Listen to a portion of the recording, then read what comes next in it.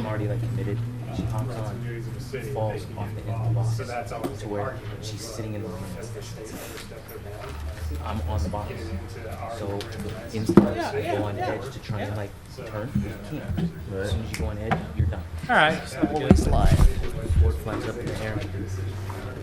That's right. That's right. Yeah. So they just And then land. punishing, and they're trying to do punishing. Chuck, this is Maria. Maria's gonna be taking over as department secretary. it's so bad. She'll be How much time do you have? she'll harass you. No. Like, The blend form, and I vapor will man, try it's to got extend a it year to and a that. half ago, and I just can't get used to that. I yeah, just we brought all love our these gear things. home. This, Because Ryan you wants to just take a can't trip. read, even with glasses on these days. The older I get, the more I need binoculars. Yeah. I definitely give up on those. Didn't work? Oh. Yeah. Yeah, that's okay. Oh, Lord. Yeah, I want to. No yawning, Linda. He has 20 hours of sleep. That's the starting point.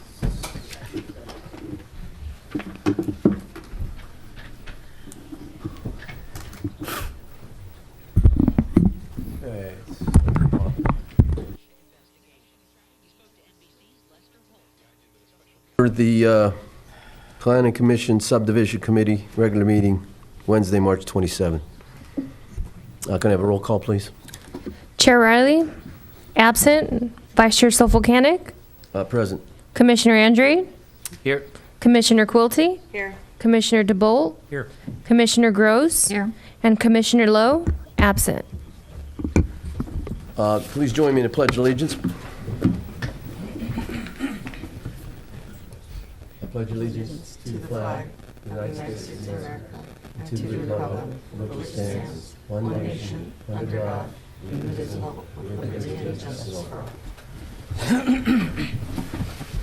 Okay, this is the point for oral communications. If there's anybody in the audience, which there isn't, that would like to come forward. Mr. Chair, I think we're actually on the special meeting agenda. I'm sorry, I apologize.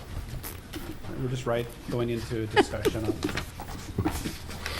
Sorry. Okay, Well, there's no. Let's just do it. where are we at? I was confused for a moment. You want to borrow my copy? I got it. Here. Okay, the special meeting called to order, discussion, study session for zoning update. Mr. Chairman, commission members, thank you once again for your additional time and effort as we navigate through a fairly significant and substantial project. As we left it last meeting, there were a couple of key items that we committed to reporting back to you on. The specific one that really was a focal point during the meeting had to do with the R3 zone and the density as identified within our general plan and then in our current zoning. And just as a quick recap, the density is identified at a 30 unit per acre maximum. However, in our current zoning code, there is a provision for a requirement of 1,750 square feet per unit, which actually works out to essentially 25 units to the acre, 24.89 units to the acre, something to that effect. So as a result of what transpired last meeting, we did take a look at that, and I'll pass it on to our city attorney. He forwarded an email to you. I'm not sure if you all were able to read that in advance, but I'll pass it on to Michael to take it from there. Thank you, Les.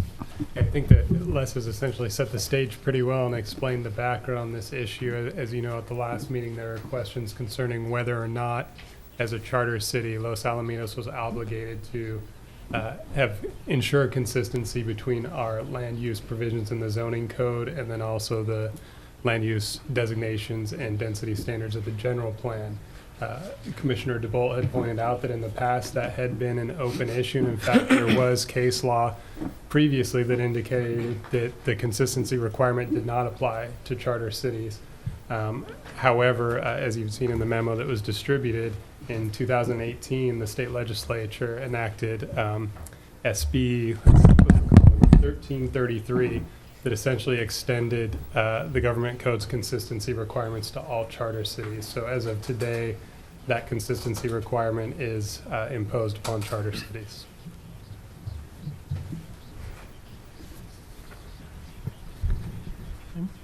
I don't know, Mr. Chair, Commission members, if there's any need to further discuss this item, or if you'd like for us to move on.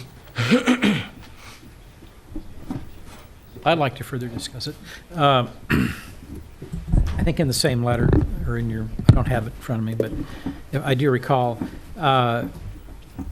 so we have to be consistent, which is no problem, that's the law, which means we have,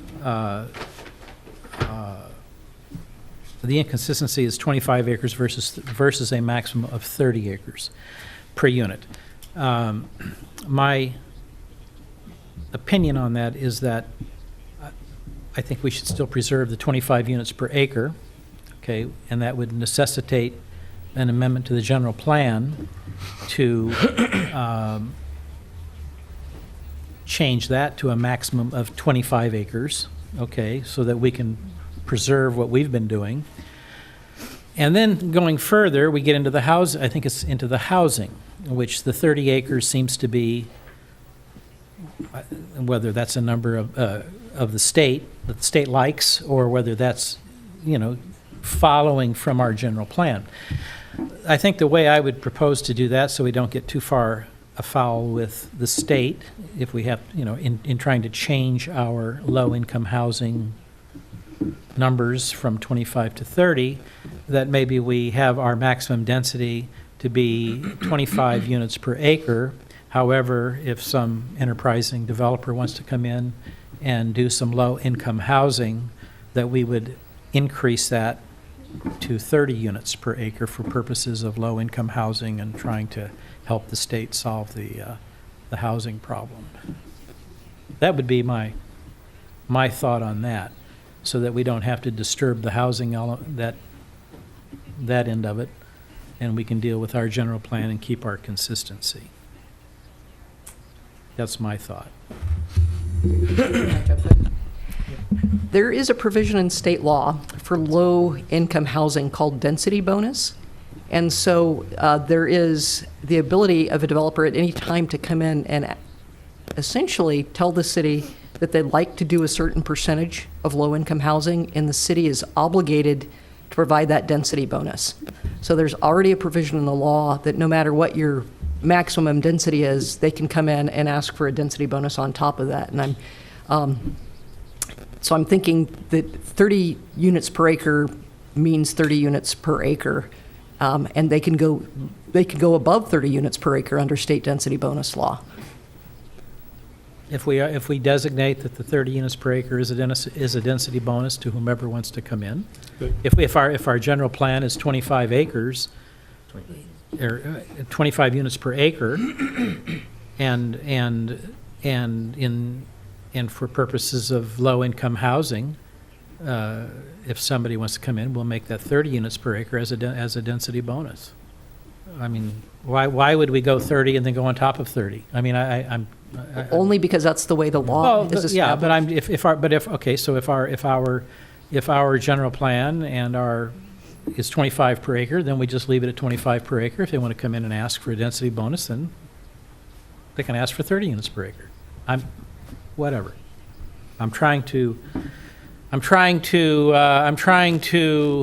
address the concern that was raised in the last meeting about, it's one thing, we can amend our general plan to go 25, but then we may run afoul of the low-income housing paperwork that we've sent to the state that is approved by the state at 30 units per acre.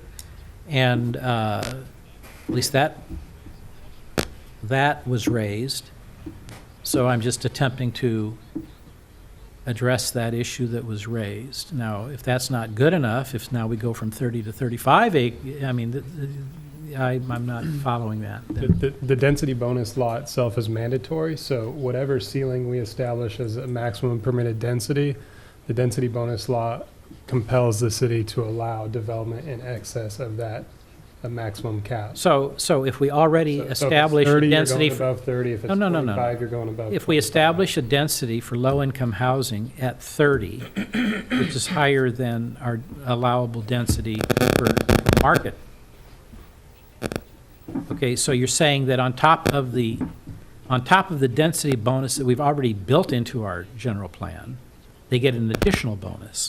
That's correct. The courts would look at whatever maximum density you've established through your general plan and zoning, and that's the baseline for where you begin with the additional allotment under the density bonus law. Okay. So you can call out that, hey, this is specifically for low-income housing, and you'll receive an extra density bonus, but there's case law that said you're preempted from doing that anyhow, that you basically can't tinker with the density bonus law. You're gonna have to award units in excess of whatever your maximum permitted density is under your land use regulations. Fine, then I propose that we just stay at 25 then, and then let the chips fall, and if somebody wants to come in and do What is the bonus? I have no idea, we'll decide at the time. No, I mean, it's state. I think the state decides. We don't get to decide. decide that. It's state mandated. Yeah, and the exact extent of it is a mathematical formula based on what you provide and to what income groups. So, I mean, Yep. All more to reasons field an like- application, you'd really have to take it case by case and understand how much density will be awarded, what concessions are required to allow that development to go through. So it's pretty intense, really, to figure out how it works out in application. Okay, I think we need to keep it at 25, keep it at 25, and but the general plan is currently at. The concern with keeping it at 25 is to get to a 25 number necessitates a general plan amendment, Okay. which is somewhat outside the purview of what we're doing here, looking at the code. So well, I don't think it is, because we got to bring ourselves in to be consistent. So and as you state in the letter, we have one of two choices. We either do a general plan amendment or we revise the lower number. I'm not prepared to revise the lower number. We propose a general plan amendment, and if it's up to the city council to go ahead and approve that. If they want to approve it, they can. If they don't, then so be it. Well, I think because this is such a critical matter, and with the commission being a recommending body to council, I think it's a matter of a direction being given by the commission, or a recommendation being given by the commission to council to report to this, to let council weigh in on that. That's fine. What I said last Because it week. really is an item that ultimately council needs to say, yes, go forward. We want to see a general plan amendment occur to reduce that down. There's a lot of, there's a lot to be considered. I mean, it's as we talked briefly about last meeting, it's not impossible, but it is a bit of work to be able to make those adjustments. And as was mentioned, it's not only the general plan, but we will have to address our housing element. And when we open that up, it's been a few years since our last housing element update occurred. So if we do make a revision to the housing element, we will have to ensure that it meets all of the current state law provisions. So that's another factor we have to fully consider and vet out on our end. So there are several steps that would be required, and my suggestion would be that there be consent. If there's a consensus amongst the commission, or however you decide to direct that we would report that up to city council and let them have that opportunity to weigh in on that matter, because it really does put us at a point where there's so many other things we can address, and we can move forward tonight on a multitude of other factors or other points, but this is one item that we certainly have to be able to address in the near term as well. Any further discussion on this element before we move on? Any comment from the consultant? No, we'll need to confer with Les and Tom about what that does to schedule and bringing the entire code before the commission. Okay. So I concur with Commissioner DeBolt. So we just table that and move forward? At this point, we'll have to discuss on our end. It's something that really, I think, needs to be agendized for your meeting and for you to take an action, and then be able to make that formal recommendation to the council for their consideration. Do we need to make a motion to have you agendize it, or is just a request by a commission sufficient? I think, Michael, we should. I think if we were taking formal action or moving forward with the zoning code amendments, we could include the information or direction from council that was a point of consideration that you wanted the council to evaluate.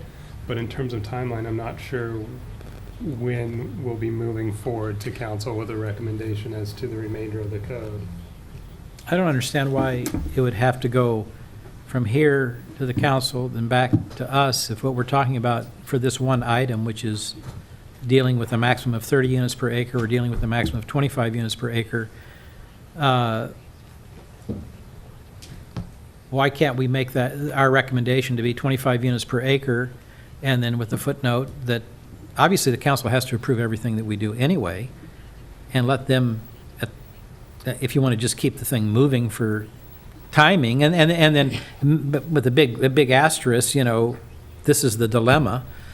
And I'm sure the council is going to get a copy of your letter, and they can see the choice that was in the letter, which was either amend the general plan to reflect the 25 or adjust eliminate the 1750 and, just go on maximum 30 units per acre.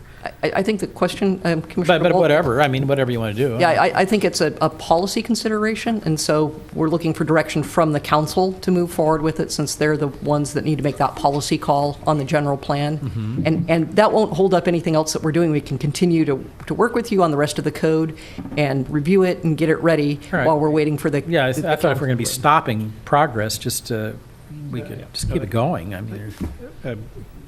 Commissioner Bolt, I think that's a good point. I mean, we can move on. We can still bring everything forward to you as a package as we have it scheduled right now. The challenge will be that we could take that approach. I mean, I think that might be the best way to be able to have our consultant team be able to complete what they've been assigned to do. And that's a whole separate exercise that we would have to go through to address the issue of a general plan amendment, potential housing element update. We could still get the majority of everything else at least addressed and in draft form, and prepared to introduce to council, assuming a favorable, whatever the recommendation is from the commission. So my understanding is we give council an idea what the commission desires to do, which would be, should we take a vote on that now, whether we proceed as Commissioner DeBolt suggests, and then council knows where the commission stands? No, I think actually at this point, what we can do is we'll continue forward with the draft language and finishing out the review of the rest of the code with the note that's been identified regarding the R3 zone and the density. We'll package that up, bring it back through the public hearing process, and as Commissioner DeBolt identified, we'll just incorporate that into the recommendation that you would then be making to the city council, and let the council at that point in time address that. The bigger issue would be how we want to approach it. If you make a favorable recommendation on the code minus the R3, then we have to discern on our end as to, does the rest of the code get updated except the R3? Because we have several other changes that, to be honest, I'd like to see changed sooner than later and not have it be delayed for months as we go through the R3 provisions. But those are things that we can talk about as we continue to move forward the next several weeks to hopefully wrap up the commission's review of the text amendment. So I think that that's probably the best approach to take right now. We've heard your interest, and we'll bring it back to you in a more formal position, and you'll be able to actually vote on that when you're making your recommendation as a whole to council. Okay, sounds good. So, Mr. Chairman, we've got about 4 items that we'd like to cover this evening. If I can get this to work, just a moment, please. This evening, we're talking about and studying Article 3 of the zoning code. And this regulates standards that apply across all of the zones in the zoning code. So in the 2 prior meetings, we talked about the zones themselves, but these are things like landscaping and parking and signage and projections into setbacks that are across all of the zones. And so tonight, we would like to focus on 4 that are substantive changes proposed to Article 3. For the most part, things aren't changing, but we do have a provision to change the way that height is measured of a building, a couple of minor revisions to the landscaping section, parking and loading, which I think will probably be of most interest, and also signs. And if you like, we can go through those in this particular order, or if you'd like to take things in another order, we can do that. I will submit to your All right. procedure. We'll start at the top. Height measurement. The slide shows that height today of buildings is measured from the top of the curb, so the curb that's nearest to the property. And it's worded very strangely, but essentially hard to read. And so what we propose is a change in how height is measured that is much more standard across cities throughout California and really doesn't change that much with regard to how high buildings are going to be in Los Alamitos. And so rather than measure for the curb, because a curb can, if you look at a property, there might be tree roots that make a curb do this. And so the proposal is instead to measure the average grade of a property before it's graded, so it's the natural grade of a property. In Los Alamitos, you're not going to have too much trouble with hillsides, so pretty much everything is flat. So the buildings are going to be measured from the grade of the property to the topmost point of the roof. There are a couple of exclusions that, and these are on the next slide, that don't get measured as part of that. Above a height, for example, in the R3, or I'll take another zone, the R1 zone, if a building is 25 foot high is a maximum permitted height. There are the chimneys, plumbing vents, rooftop HVAC equipment, and skylights can extend up to 6 feet above that limit. And again, that's what your current code says. So the only proposed revision is to not measure from the curb, but to measure from the grade of the property. And Mr. Chairman, I'll stop at point to see if there are any questions or comments on each topic. Thank you. Any questions, comments? I do. You're saying instead of the curb, because of the deviation from trees and so forth, you're going to measure from the natural grade? What is a natural grade? I mean, there's no undeveloped property here. Everything's been developed, so that grade has been amended at least once, maybe multiple times. So where are we starting? It's going to be the grade that exists on the property today before somebody would get out there and say, try to pile it up into a mound to make a taller property. It's the grade that exists at the time the application is put in. So if somebody wants to scrape off a single-family dwelling, put up a multiple unit, are we going to go there before the property's disturbed and measure from a point in the front yard? I'm not sure how this... When staff is reviewing the plans, it will indicate what that grade needs to be as shown on the plans and how high the building will be. So it'll be based on what the plans come in. But I'm not understanding where you start. Where do you start? When somebody comes in with an application, where do you go out and take that measurement from? Maybe I'm not being clear.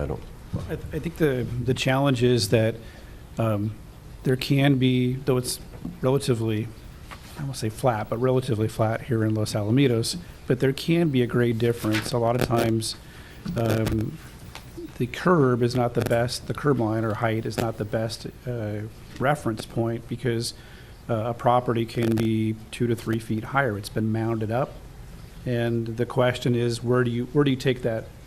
Where do you want to take that measurement from as the base measurement for height? Do you want to take it from the curb, or from whatever that environment is, and then with the expectation they're going to build above that to whatever that height is?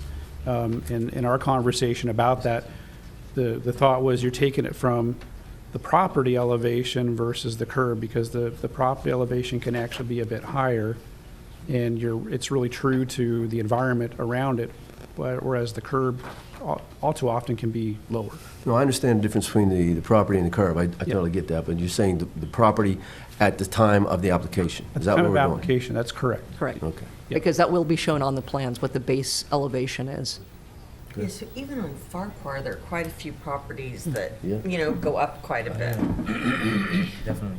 Yeah. Well, the problem I would have is just let's look at the Farquhar properties. We just went through this with the major. Were you here? I don't know. I know you weren't. I know you, nobody was here. Okay. Stephen was, She no, was still, We have basically it wasn't. 2 or 3 properties on Farquhar where it dips down to about 6 feet. All What do you right, think? 5 or 6 feet. And our height Oh. is taken from the curb nearest the property line. And the problem with trying to take the average, how did you phrase that? The average level of the highest and the lowest point on the property. So it sounds like in the case that you're raising, there was about a 6-foot grade differential. There's a 6-foot drop, okay, but at some point, the property is level with all of the other properties on that street, okay? So your drive is basically, the front 20 feet, 25 feet your setback is going down. And the issue that we had at that point is if we took the measurement from that curb, then that building would be sitting 6 feet less than the neighbor, okay, on either side, because your height would start at the lower point and then would go up, all right? So the city is flat, okay? I could see where if you were going to go from an existing, like you scrape a building, you've got a pad that's been built up, as opposed to another property, then that property is going to be higher than the neighboring properties.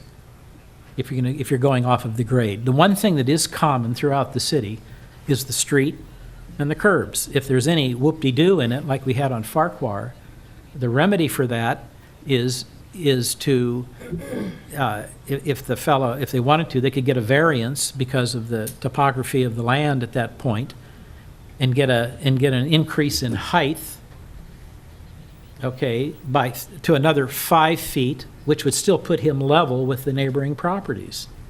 So he's not towering above anybody else. He's at the same level in height, overall height, okay, at the top, even though, that's a measuring point. That's not where his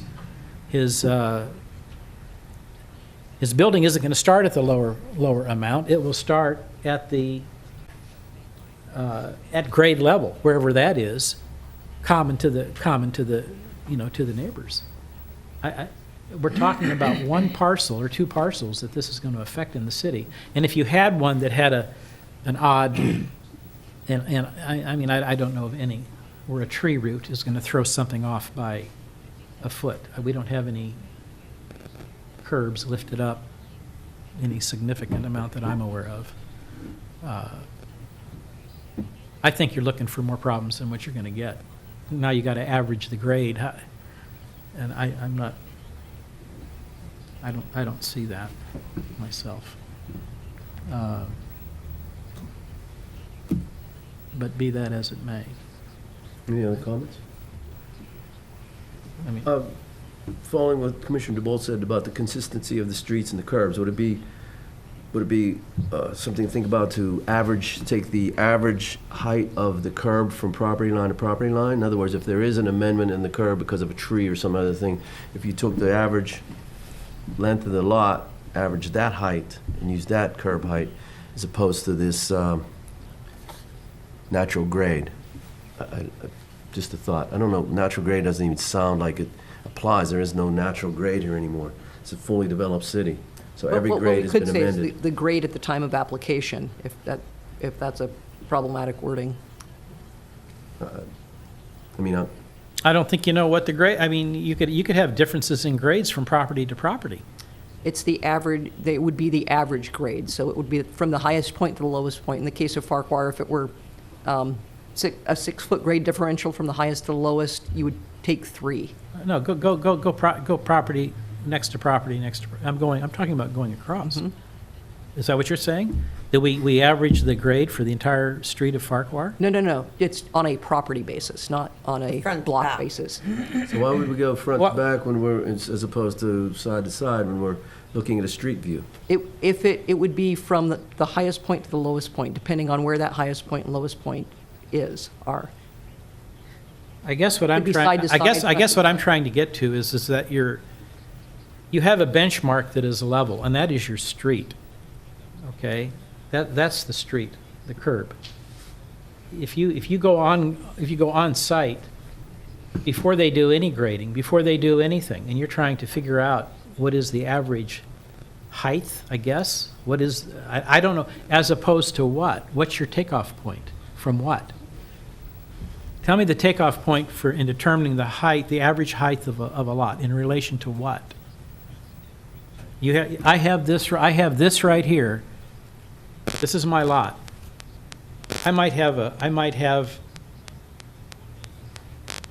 you're gonna go front to back, and there might be some whoop-de-doos, but what's your starting point?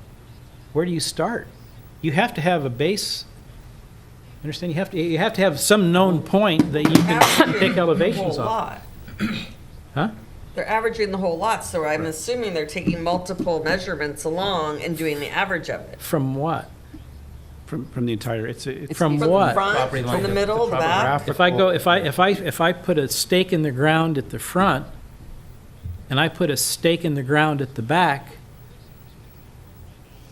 what are you measuring? Where's your starting point to get the height? How high are you gonna, I mean, you gotta determine whether, what's the starting point? One of the drawbacks with a curb reference only is if you've got a standard lot, you're only basing it on the front. I'm just curb. talking about the height of the roads are level, I Right, but believe. I mean, You're basing it on, just on the road. If the lot's 150 feet in depth, you could have a grade difference from front to back, but you're basing everything on the curb. I think the thought here is by taking this approach, and we're, at the purview of what the commission would like to see, but the thought is you could have a front to back elevation difference that goes up or down, and in addition to what could change along the front curb. So if you're just basing it on the curb, you're not taking into consideration the rest of the lot and what's happening within that lot. So it could change as you go back to the alley or whatever the rear condition is of the property. Does that make sense? It's looking at it basically holistically at the entire property. What's the averaging of the grade difference or the existing condition of the grade for that entire property versus just basing it on points along the curb itself? I think the key question is what it is achieved, and I think it provides a little bit more flexibility in the design of a building so that, if you just take it at the curb, you could probably have all flat roof buildings rather than something that might be a little more interesting. You're trying to get a takeoff point to determine height. You have to determine, we have a height limit of 30 feet or 35 feet, whatever the height limit is.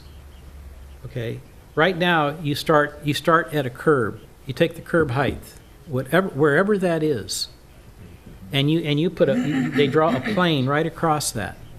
And you go up 30 feet from that point and you have another plane. That's your roof right there. That's the top of your building. Okay? And peak, however you want to design it, your top point is 30 feet from a known point. Now you're going to try to average. Okay, so where do you start to get? Okay, you start 1 inch. You start in on the inside of that curb. Now, how high do you go? You've got. Is that your level right there? That's your 0 point.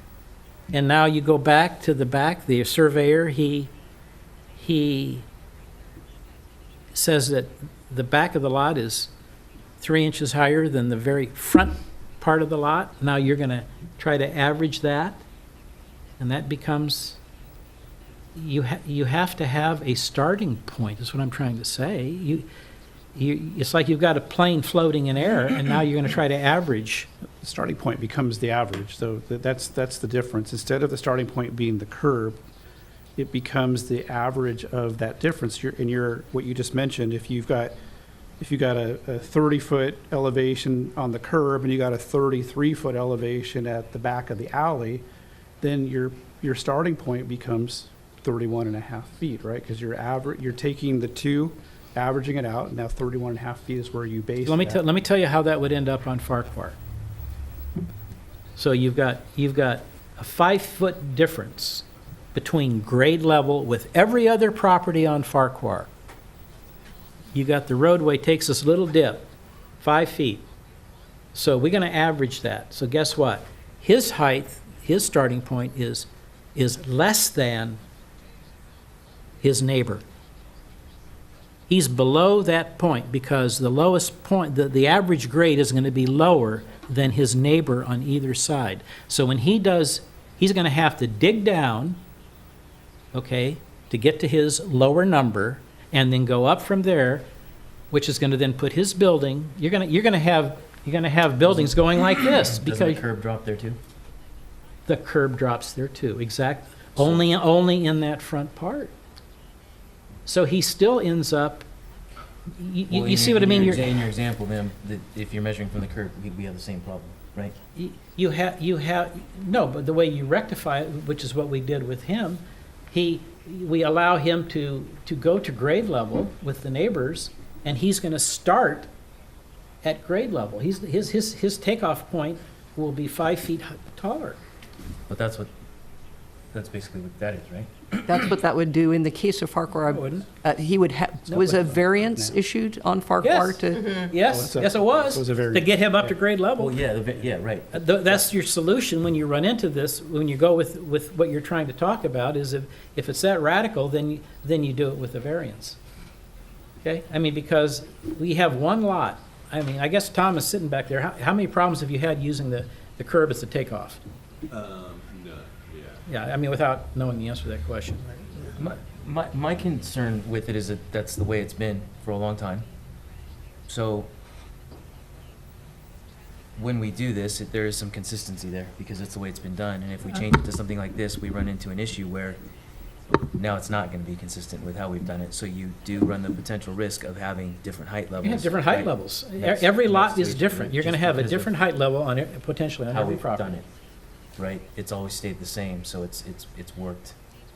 That's the potential risk. That's the potential risk. What choice B does, it just creates some more interest along a street frontage, but, either way is fine, but Interest in you mean roof heights being different? yes. Like the actual height of the building being Right, different, but not because how it's the mostly thing- flat, you would only see a little bit of a variation. Right. But what do you do then if you have to dig out? He would have to actually dig out to get to grade level. See, it's one thing to be higher, okay, and average. It's another thing to be lower and average. Then your starting point is lower. I mean, I don't get what you're saying. I think in either situation, Commissioner, Yeah, we have that situation in either condition. I think the Right. question, Right. So then I you think do a what was variance pointed of out that. is a valid point, and that is, if it ain't broke, don't fix it. We just, in our conversation that we had, we thought the averaging out that's more of a common practice. Right. So if the commission feels comfortable with leaving it at curb, that's fine, but we're still going to have the situation where somebody could be too low or too high Right. because it's based on curb. And a lot can vary from curb to, you're looking at an entire lot. So if you're basing it only on curb and it's not a corner lot, you have one curb to base it on. And you've got a lot of remaining acreage. But at the same time, we're pretty much a built-out community. Yeah, we're built out and we're relatively dealing with flat. lots. So this We're is not- not something that's really significant for us. We just brought it forward as one of the items. Again, this is more of the standard typical language you would see in municipal codes today. Thank you. And any further comments, discussion? I do. one last item on that regarding height and the exceptions. Do we need to add in there exceptions like I noticed that dish, and there's no provision for like if somebody needs a dish on top, or TV, antennas? That's covered separately under the wireless communications facilities portion of the code. Those things are allowed under a different mechanism. All right, okay. Before we move on from the curb, do we need to take account up here of who wants to keep it at curb and who wants to That go would be for the really proposed? helpful, because Okay. then we'll put it into the code when it comes before you for hearings. Whichever you prefer will be in the version that comes forward. Before we take that vote, can we go back on the slide? Sure. If we stay with the curb, not being presumptuous, could we put top of the nearest, the average curb? In other words, to address your concern about Yeah, average curbs. curb being- height along the Right, property. along the front, maybe specify the front curb or whatever curb So if it does raise or lower, we can get the average. And particularly if it's a corner lot, you want to know which curb you're measuring from. Right. So if we stay with the curb measurement, add that language. So what commissioners would like to remain as we currently are with the measuring from the top of the curb? All Well, in favor, what say you aye. just talked about, averaging the height, that's fine by me. Commissioner From DeVault? the curb, and if you want to average it. I think I'm good with leaving it. It seems to have been working. I'd like to Yeah. leave it. I can go either way. Okay. I don't- I think we can leave it. Okay, I think we're going to leave it as it is. Keep it curb, but add language that it's front curb and average curb height. Okay, Okay. next. Okay. At some point, are we going to go through all of your proposed changes that we have on this matrix? It's at the commission's pleasure. We wanted to highlight a couple of key things, and then we can come back to you either through the public hearing process, or if you have particular questions, we could do it as part of a study session.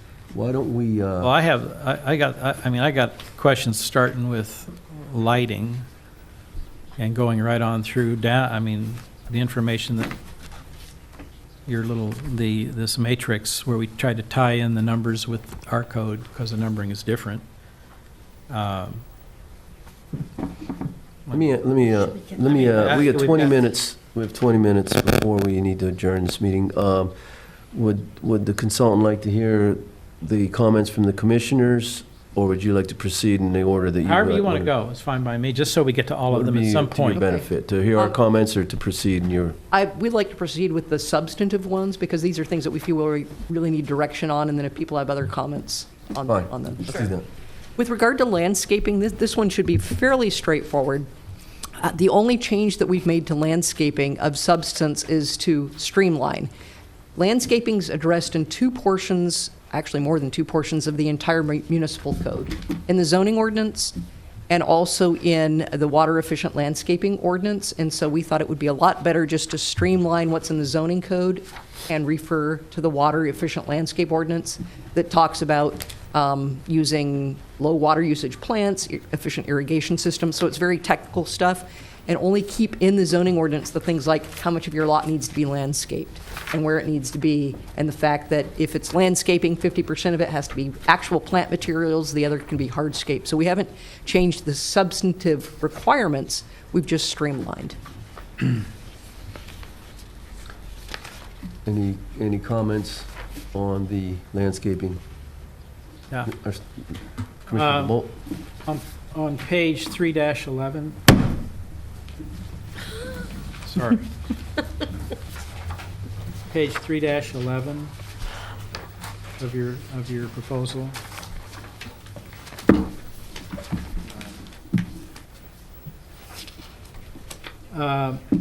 Under exemptions, item B, 17, your number 17.32-020, applicability.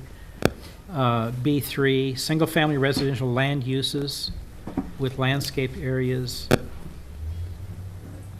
less than 5,000 square feet that are not developer installed. Can you explain that? What is, Yes. how do we have lands? Okay, go ahead. This came out of state law. I hate to keep referring to state law and what it tells cities they can and can't do. But for the water efficient landscaping provisions, it's indicating that, for example, anybody who owns a single family home today and you have less than 5,000 square feet of landscaped area, meaning you have a pretty good sized lot, you are not required to comply with these water efficient landscaping regulations unless it's a new subdivision of land and the developer is installing the landscaping, then that has to comply. But if somebody came in and wanted to redo their front yard and that landscaped area is only 2,000 square feet, you would not be required to comply with the provisions of this. Then on farther down then on 17.3203 landscape requirements, number B, letter B. The last sentence in it, along the side property line abutting another single unit, a minimum 4-foot wide landscape green space shall be provided. in reading our old code and comparing it to this, that 4-foot wide green space should be measured from each side of the property line. So on both sides of the property. Yes, I mean, because it's not just a 4-foot, it's actually 8 feet wide. It's 4 feet on one side of the line, 4 feet on the other side.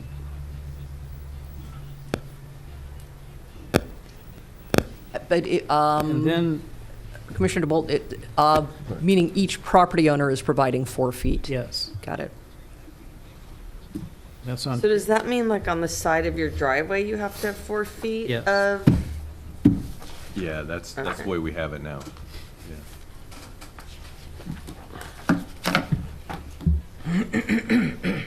and, let's see.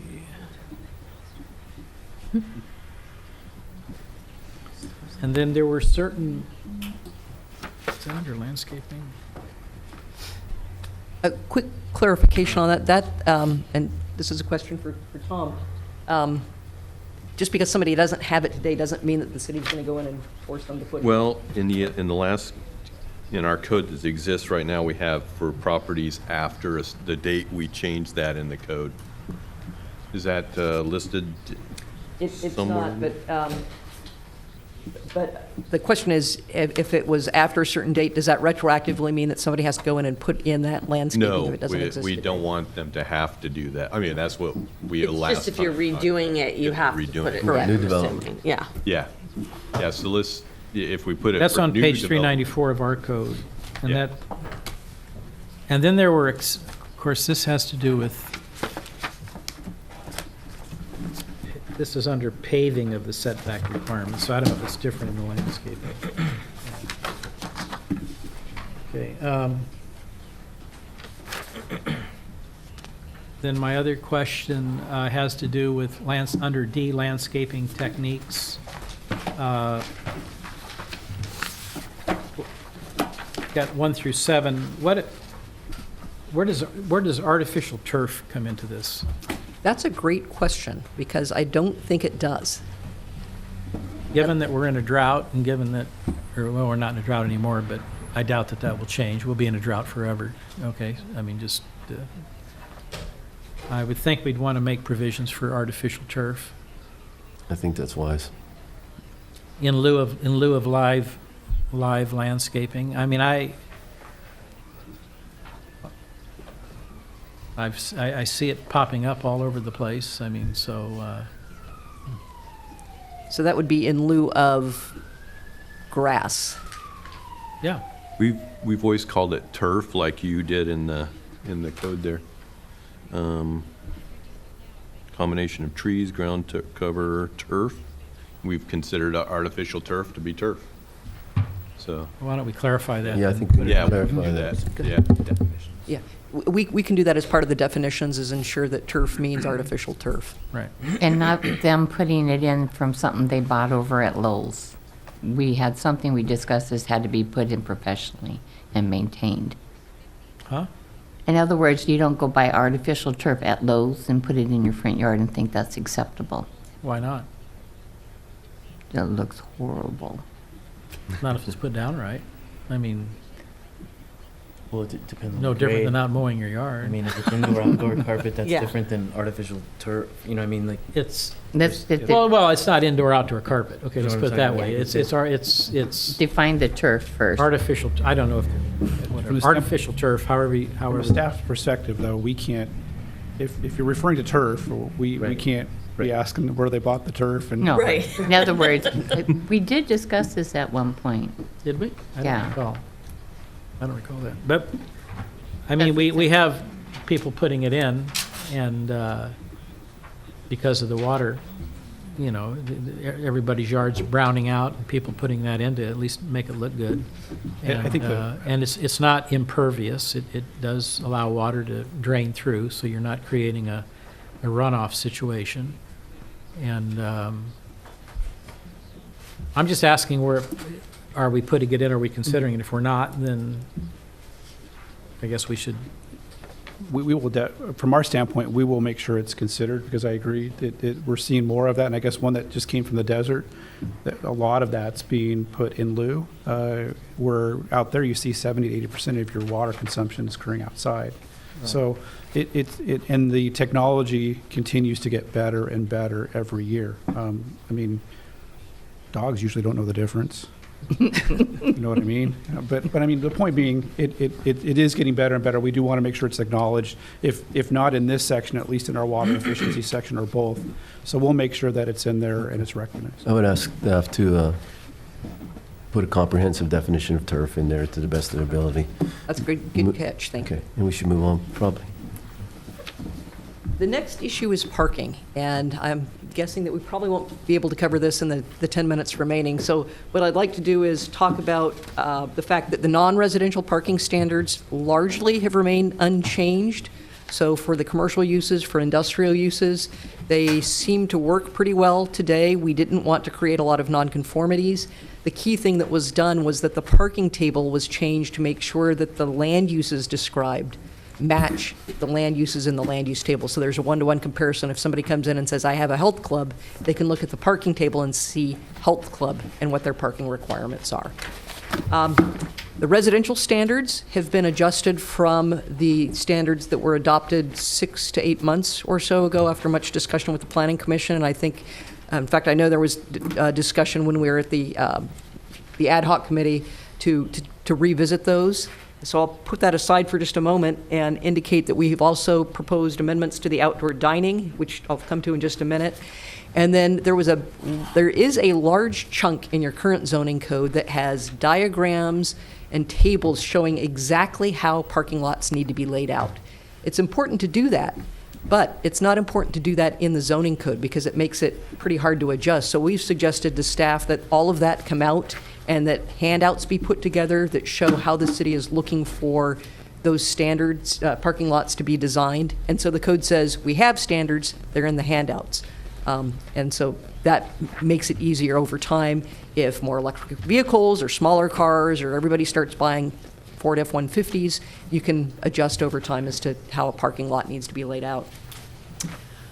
And so Mr. Chairman, if we can, I'd like to jump to outdoor dining parking requirements and then come back at a subsequent study session to look at the residential, or unless you'd like to get started on residential this evening. I'd like you to proceed however you want to proceed, but I'm going to close the meeting at 5 minutes to 7 to give staff and the commission a break before we start a 7 o'clock meeting. So proceed however you'd like. Okay. I will jump to outdoor dining then, and I apologize that the text is a little small. Currently, for outdoor dining, the code says that for small outdoor dining areas, there does not have to be any additional parking. And I looked high and low and could not really find what small is defined to be other than it's an area where no alcohol is served. And I thought that was an interesting definition of small. Wow. Small-minded, I think is what it is. For large outdoor dining areas, the requirement is that parking has to be provided at the same ratio as it would be for indoor dining. Our understanding in reading the general plan is that the city's goal is to encourage pedestrian activity and to do things that bring people outside and create people walking on the streets, having outdoor activity. And so the thinking behind the proposed standard is let restaurants have a little bit of outdoor dining, whether or not they're serving alcohol, and they don't have to provide additional parking. Because maybe those are people who are walking from the neighborhood or there's interaction among other uses. So the proposal is that if you have up to 300 square feet of outdoor dining, which maybe 4 tables or so, 3 or 4 tables, no additional parking is required. However, if you have more than 300 square feet of outdoor dining, then it's a ratio of 1 space per 150 square feet of outdoor dining area, which correlates to what the indoor requirement would be anyway. Or if there's no indoor dining at all, you just have outdoor dining, that you park, as indicated below, at 1 space per 75 square feet of customer seating area, so the outdoor space. So this is different than what exists today. Our thought is that it gets towards what the general plan is looking to achieve, but we welcome all comments on this. Well, I like the fact you take the ambiguous term out, small outdoor, and give it a definite square footage. I like that. Is there any other? I'm good with it. It's, yeah, I'm good with that. it's in the code somewhere else. Okay. 300. I thought so. Yeah, we had it. I thought we, I thought so too. yeah. Yeah. That's good. We're good. Okay. With that, I don't believe we have time to go through the proposal for the revised proposed revised standards for the residential.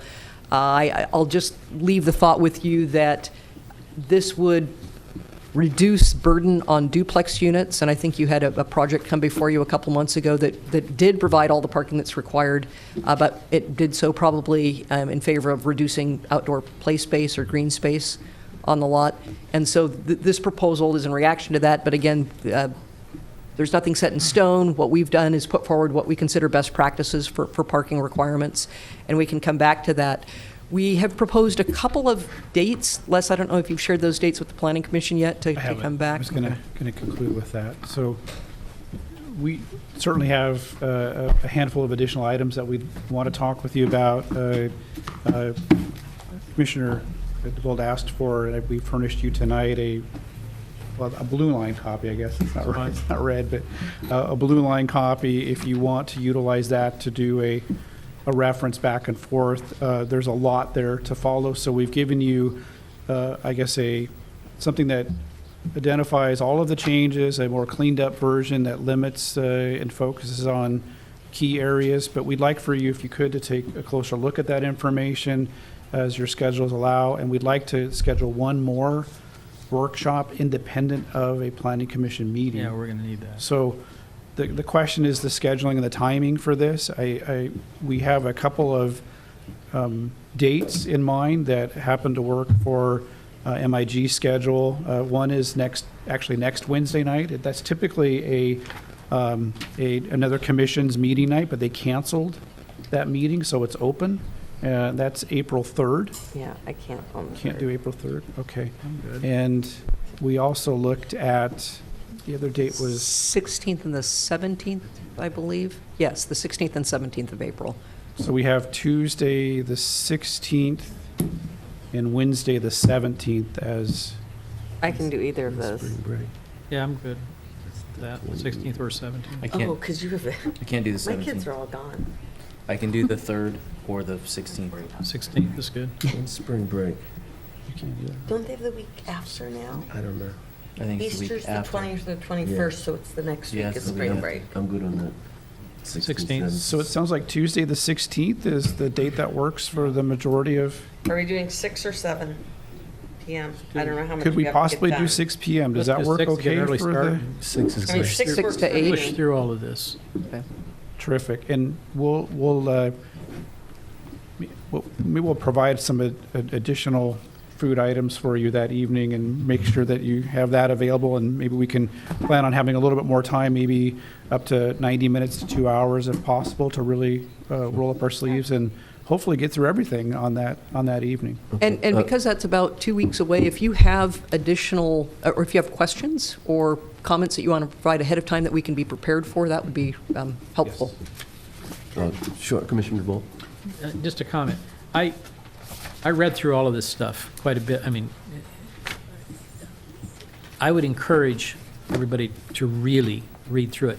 You know, I think to most people not sitting up here, you know, it's like we're getting into the weeds. Well, we spend our life in the weeds when these projects come in, okay? And if it doesn't sound too important, you know, like you know, there's a lot of generalities in here that, you know, that we have dealt with, and that our code needed to be tweaked. Okay, we got to make sure that we're not, again, going back too broad to where we're left with somebody coming in and we thought we would be able to do it, but we can't do it because we changed it. So we need to be in the weeds on some of this stuff, and so I got a lot of questions. Okay, and before we adjourn, I would ask, and you may have done this, that the parking discussion include the accessory dwelling unit parking requirements. Yes, we will absolutely talk about that All right, as well. so the special meeting is adjourned. Take a 5-minute break. When you hit this thing?